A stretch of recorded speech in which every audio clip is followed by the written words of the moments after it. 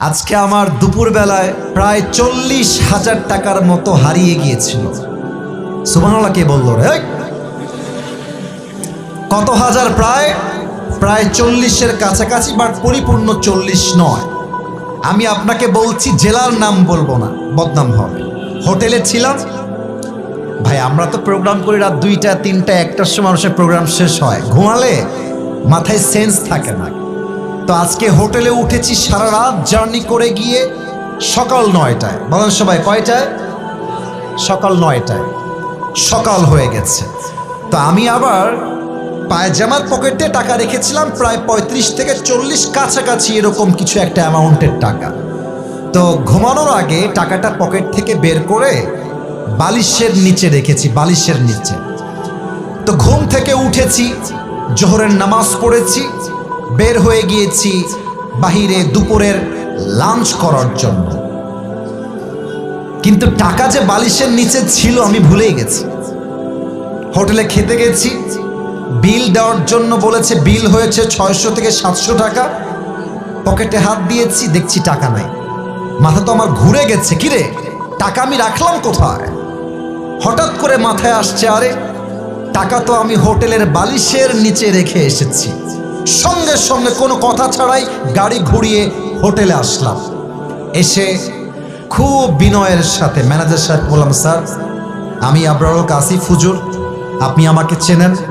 আমি আপনাদের হোটেলের রুমে বালিশের নিচে এত টাকা রেখে গেছিলাম, 1000 টাকার বান্ডিল আর 500 টাকার বান্ডিল রেখে এলাম বালিশের কাছে। বললাম, স্যার যে পেয়েছে আমাকে বলেন দিয়ে দিতে। তো 2জন যুবক আসলো, যারা ক্লিনার, যারা হোটেল ক্লিন করে। আমি ডাকলাম, এই এদিকে আসো। ওরা আমাকে আগে দেখে নাই। বললাম, তোমরা কি আমাকে চেনো? আমাকে চিনতে পারতেছো? তো যে আমার বেড গুছিয়েছে, যে আমার বালিশ হটিয়েছে, সে বলছে, হ্যাঁ আমি আপনাকে চিনি, আপনি আসিফ হুজুর, আপনার ওয়াজ আমি শুনেছি। তো ওকে বললাম, বাবু যেহেতু তুমি আসিফ হুজুরকে চেনো, দেখো বাবা আমি তোমার সঙ্গে ঝামেলা চাই না। আমার বালিশের তলে আমি টাকা রেখে গেছি, আমি 100% ড্যাম শিওর টাকাটা বাবা আমাকে দিয়ে দাও, তোমাকে আমি হাদিয়া দিয়ে বাসায় চলে যাব। যুবকটা মুখের উপরে বলছে, না আমি এই টাকা দেখি নাই, জীবনেও না, এটা সম্ভব না, আমি 1 টাকাও হাত দেই নাই। আমি বললাম, প্লিজ ট্রাই টু আন্ডারস্ট্যান্ড, একটু বোঝো, আমার বাদ মাগরিব প্রোগ্রাম, আসর আজান হয়ে গেছে, দিয়ে দাও বাবা, কোনো ঝামেলা চাই না, থানা পুলিশ চাই না, দিয়ে দাও। আমি বুঝালাম, আমার ড্রাইভার বুঝালো, পিএস বুঝালো, ম্যানেজার বুঝালো, সে বুঝতে রাজি না। এবার হোটেলে মালিক চলে আসছে, বড়লোক, শিক্ষিত, অনেক বড় ঘরের মানুষ তিনি, এবং তিনি একজন অ্যাডভোকেটকেও নিয়ে আসছে। সিসিটিভি ক্যামেরা ওপেন করা হলো, কে গেছে হুজুরের রুমে আর কে বের হয়েছে। তা আমি চোর ধরতে গিয়ে নিজেই চোর হয়ে গেছি। তারা আমাকে বলতেছে, আপনি যে টাকা রাখছেন তার প্রমাণ কোথায়? আমাকে বলতেছে, বিনয়ের সাথেই বলছে যে, স্যার আপনি যে টাকা রেখেছেন এখানে 40,000 টাকা, তার প্রমাণ কি আপনি আমাকে বলেন। আমি তো ঝগড়া চাই না, আমি সবসময় সমাধান চাই। তো আমি বললাম, একটু ক্যামেরাটা আগা পিছা করেন, সিসিটিভি ফুটেজটা সব চেক করা হলো।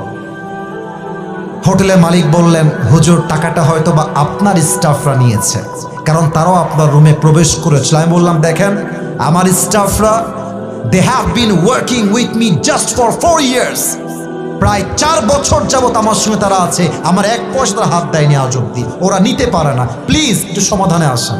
না, উনি মানতে রাজি না, উনি বললেন এটা হতে পারে না, আমরা সরি।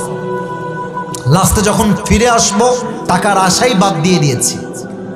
অ্যাডভোকেট তাকে আবার বলছে, এই ছেলে টাকা নিয়েছো, থাকলে দিয়ে দাও, কোনো মারামারি হবে না, দিয়ে দাও, আসিফ তোমাকে ছেড়ে বাসায় যাবে। ও বলছে, না আমি টাকা নেই নাই। আমিও টাকার আশা বাদ দিলাম, যে থাক ওইটা বাদ, ওটা পাওয়া যাবে না। জাস্ট আসার সময় তাকে বললাম যে, স্যার দেখেন আমি আসিফ হুজুর, আমি কোনো গন্ডগোল চাই না, আপনার হোটেলের বদনাম চাই না, তবে একটা আবদার রাখবো, এই যুবকটা যে রুমে থাকে, চেক হিজ রুম, রুমটা চেক করে। বলছে, ঠিক আছে হুজুর, আপনার লাস্ট আবদার আমরা রাখবো। হোটেল ম্যানেজার, হোটেল মালিক, অ্যাডভোকেট এবং আমার 3 জন স্টাফ ও রুমে গেল। রুমে গিয়ে দেখবেন টয়লেটের উপরে একটা ছোট্ট করে জায়গা থাকে, এই ঢোপ টোপ রাখার জন্য, অনেক জিনিস রাখার জন্য। একজন গিয়ে সোজা ওখানে আঘাত করছে। যখনই খুলেছে দেখছে আমার সব টাকা ওখানে রাখা আছে। আর যখনই টাকা দেখতে পাইছে মালিক হোটেলের, ওরে ইচ্ছা মতো মারা শুরু করছে।